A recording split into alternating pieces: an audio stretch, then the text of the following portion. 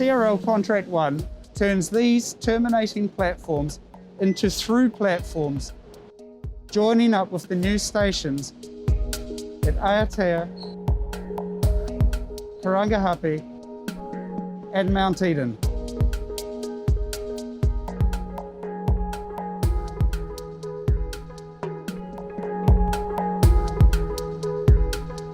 Throughout 2015 and 2016, we worked very closely with Heritage New Zealand and Auckland Council to ensure that our works here in the station preserve these key heritage elements.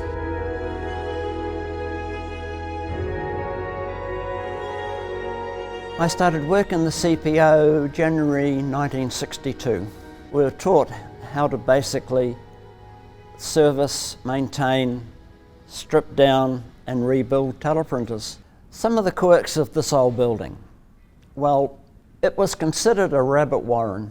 There were offices, corridors, little side rooms that even today I didn't know existed.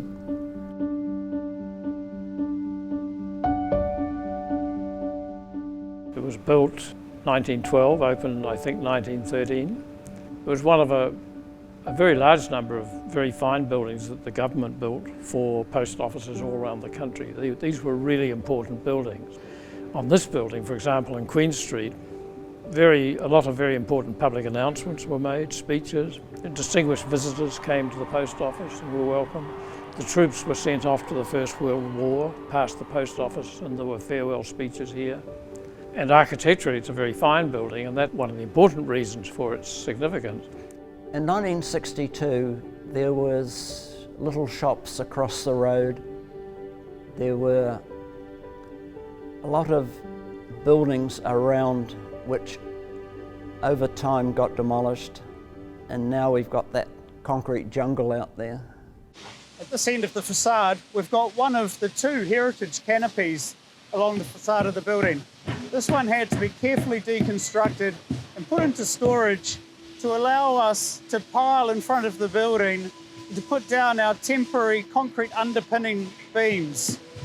Now that we've finished that work, we'll very carefully pull that out of storage and reconstruct it. Here's a building that has real presence in the street landscape, and to my mind it survives very well. And a building like the ferry building next door or Endine's building next door, they mutually support each other. And they're very humane buildings because their scale, even though this is a big building, it has a wonderfully human scale at ground level. So these buildings fit very well into the modern street landscape.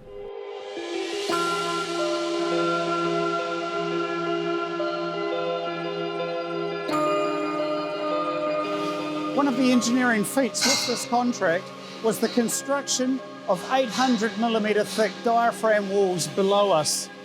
In order to do this, we had to manoeuvre a 90-ton piling rig through this building with particular care to get between these columns and with the limited headroom available to us.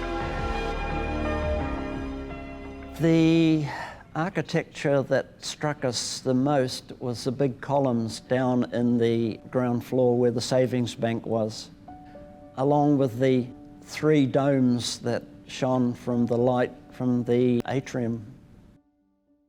In order to construct the tunnels below us, we've had to excavate 14 metres below ground level.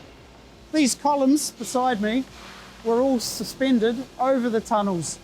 In order to construct them, we had to temporarily support the tunnels using 340 tonnes of temporary steelwork.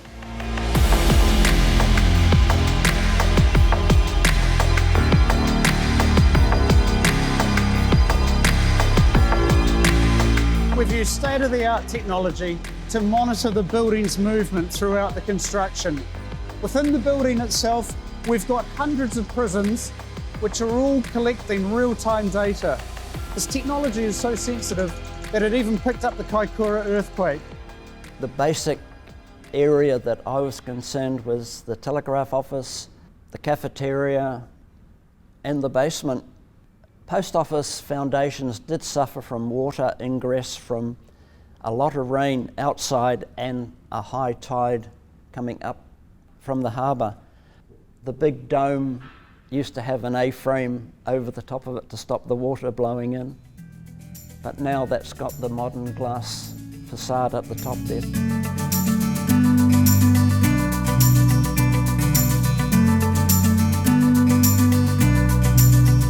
So here we are, we're directly below the CPO building, some 14 metres below ground level, which is about 10 metres below sea level. To the west here is the CRL tunnels, which will link up with Mount Eden, and over here to the east is the existing Britomart station. When New Zealand Post was invented, they moved out and it ceased to be a post office and it became a derelict building. And then with the expansion of the rail into the CRL, the building had to be reopened to expand the railway line under the building and out across Queen Street. So it's having a second shot at being the railway station. Two of the biggest challenges we've faced in this project have been working within a live station environment and also working within a 100-year-old building. So a building of that age will always throw up a few surprises.